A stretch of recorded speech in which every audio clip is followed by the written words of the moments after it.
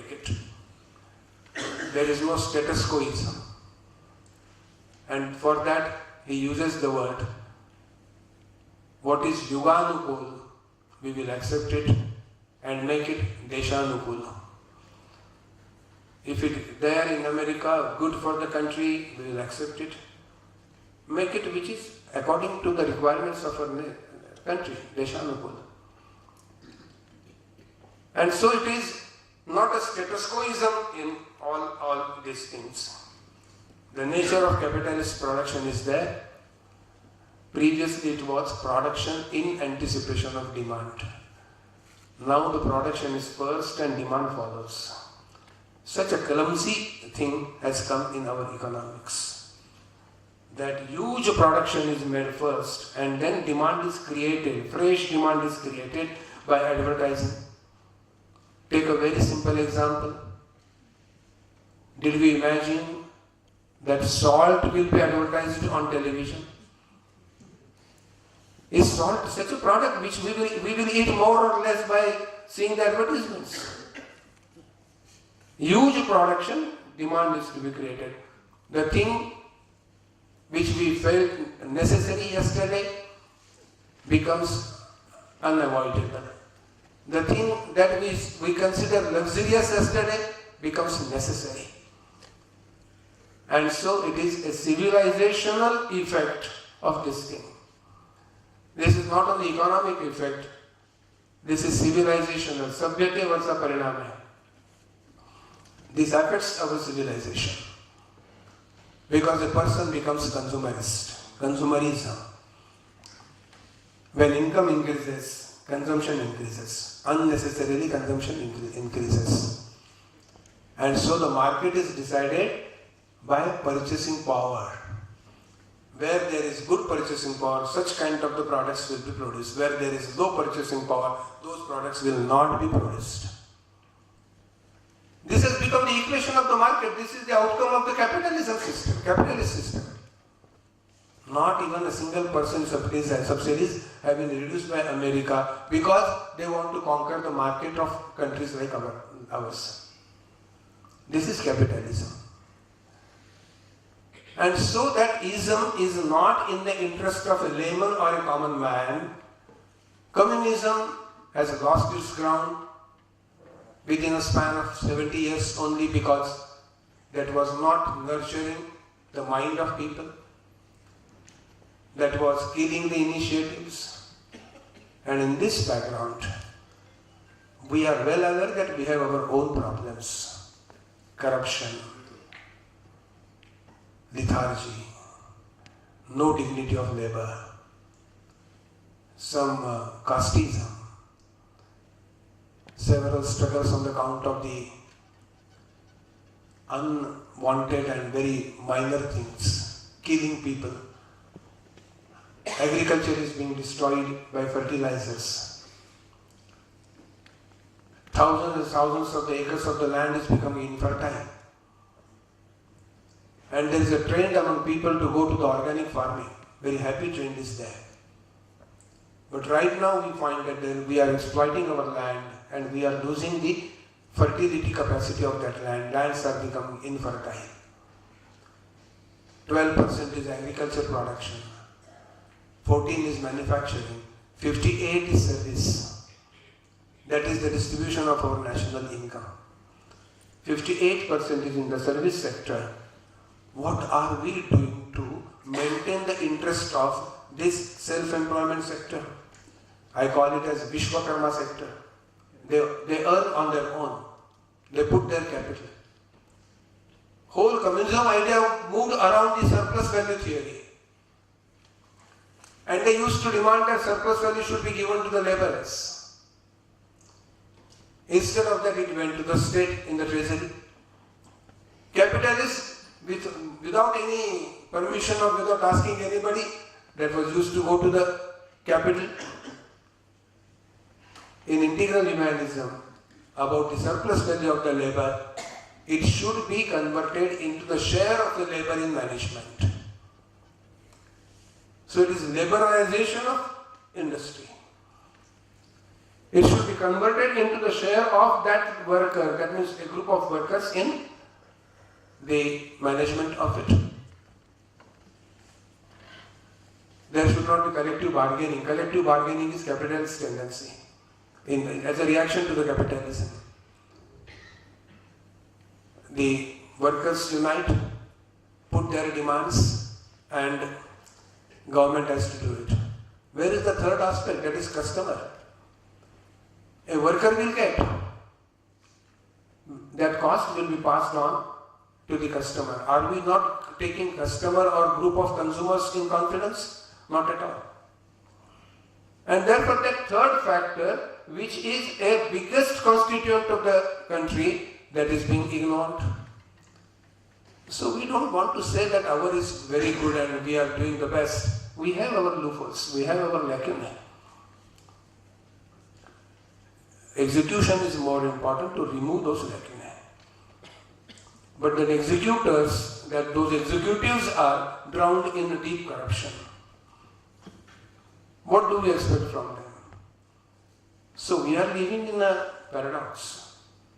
We are living in a contradictory situation. One has to accept it. But when we speak in terms of principle, it is necessary that these things must be kept in mind. And so, we can say that if it is understood properly in the context of the specific conditions of the country, keeping the principle intact,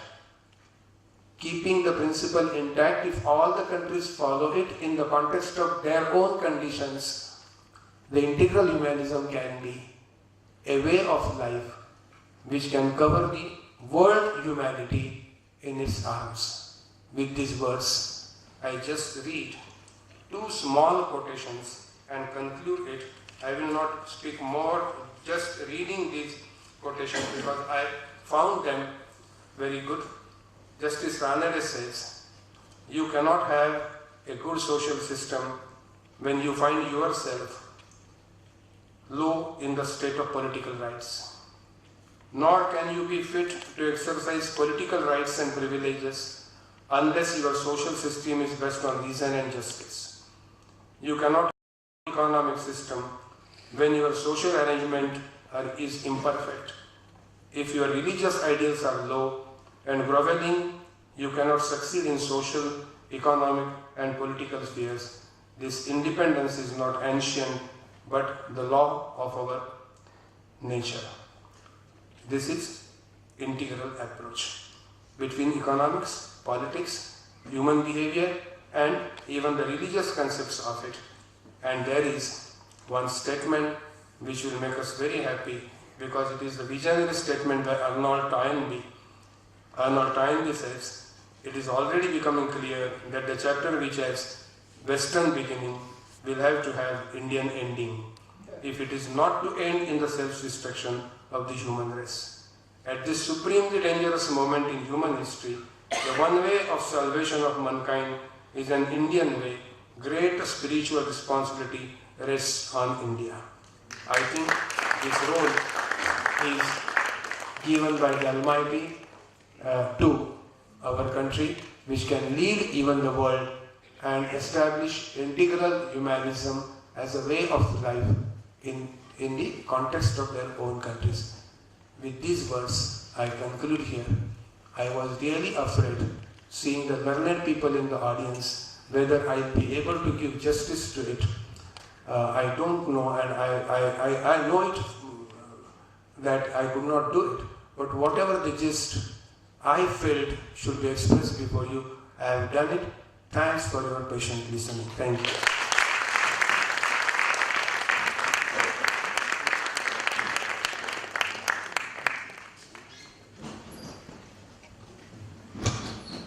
Thank you very much.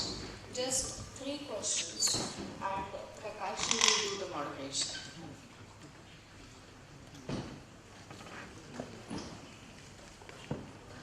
Thank you, sir. Actually, even 3 is a tall order, probably. We are certainly running out of time, and probably I would like to believe when you go back with the message you will have more questions later on. Right now, just one question, sir. With your permission, I would like to take.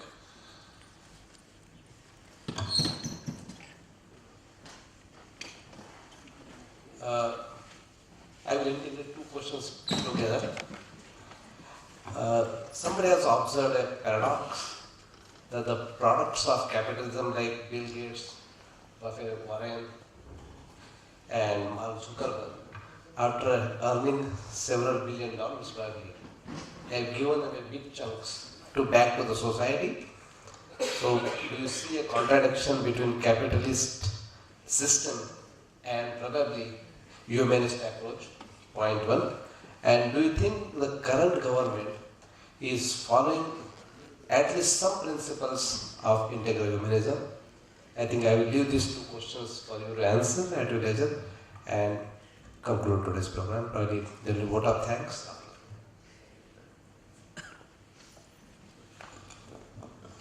I have criticized capitalism as a system, but not denied that some good people are there in every kind of society. System as such is not useful for the human welfare. Bill Gates and Mark Zuckerberg, they are the exceptions, and we must admire their generosity and their state of mind to serve our society. If it is generalized in the capitalist system, we can say that the system itself is going away and new trends are coming up. But this does not express the trend, this expresses individuality. One has to praise them. I also admire it. But that is not a system. We are expecting a system to correct itself. That is my answer to it. Bill Gates has said about India also, but that why one person asked him that why you are investing such a huge amount in India. So, some 15,000 crore or more than that he has invested. He has given only two answers to it. Number one is there that intellectually India is very strong. That was there, 20% answer. 80% which that appealed me, that the highest integrity is there among the youth of India. That's why I am investing in India. That was Bill Gates' statement. I think the integral humanism reflects in integrity. Because the basic Jivan Drishti, according to the ideas and values and according to the behavior. These are the three basic principles. So I am not arrogant and I am not claiming that only the integral humanism is the salvation. But if these points get reflected in so-called capitalist systems, we can hope for system to correct. Good people are always there, everywhere. The second question is about the present government, whether will it be able to implement it. I cannot guarantee, I don't have any authority to comment on it. But that is not my answer to the question. My answer to the question is that some efforts have been initiated.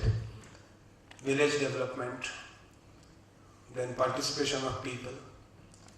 I was surprised to read that lakhs of people sacrificed their subsidy on gas before the law was made. And Prime Minister said that 9,000 crore rupees have been saved, and not only saved in the treasury of the government, have been transferred to the poor people to get the gas connection with subsidy. So, social participation. This social participation is integral humanism, a rich man caring of a poor man. I think this integrity is there. But again, system is not to be praised. Some individual decisions are to be praised. If this is expanded, we can hope for the better. Thank you.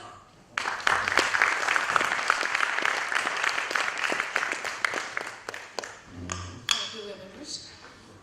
I now request Dhyanendraji to give a vote of thanks, and the program will get over by benediction.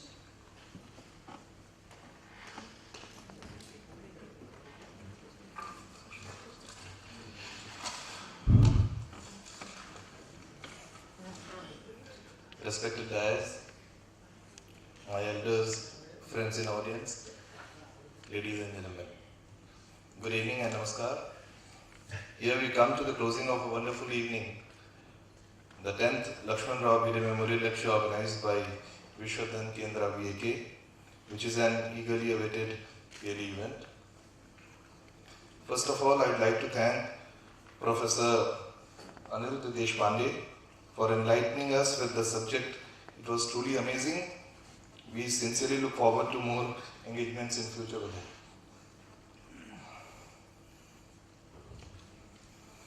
We are really grateful to Shri Sanjay Deshmukh, Honorable VC of Mumbai University, for his valuable time to be here for so long, and of course all the support throughout. We were honored to have His Excellency Mr. David Akau. He had to leave earlier, Consul General of Israel, among us. I am sure we will be able to have more constructive interactions in times to come. Well, on the long path of growth and subsequent success, you certainly need a solid, trusted partner, and we are fortunate to have Keshav Srishti walking all along consistently with us for all these years. Thank you, Shri Suriji Bagheria, who is among us today, representing Keshav Srishti. And I would also like to thank the staff of this wonderful auditorium for all the support they have provided. And last but not the least, I would like to thank all of you for coming all the way, and without your support this event wouldn't be a success as it is. Thank you so much. Thanks all. Jai Hind.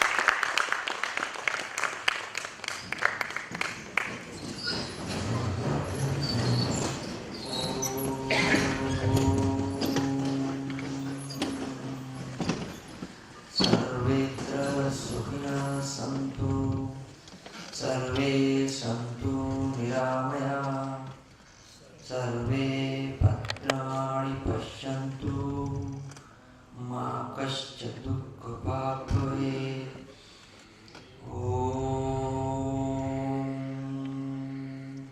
Shanti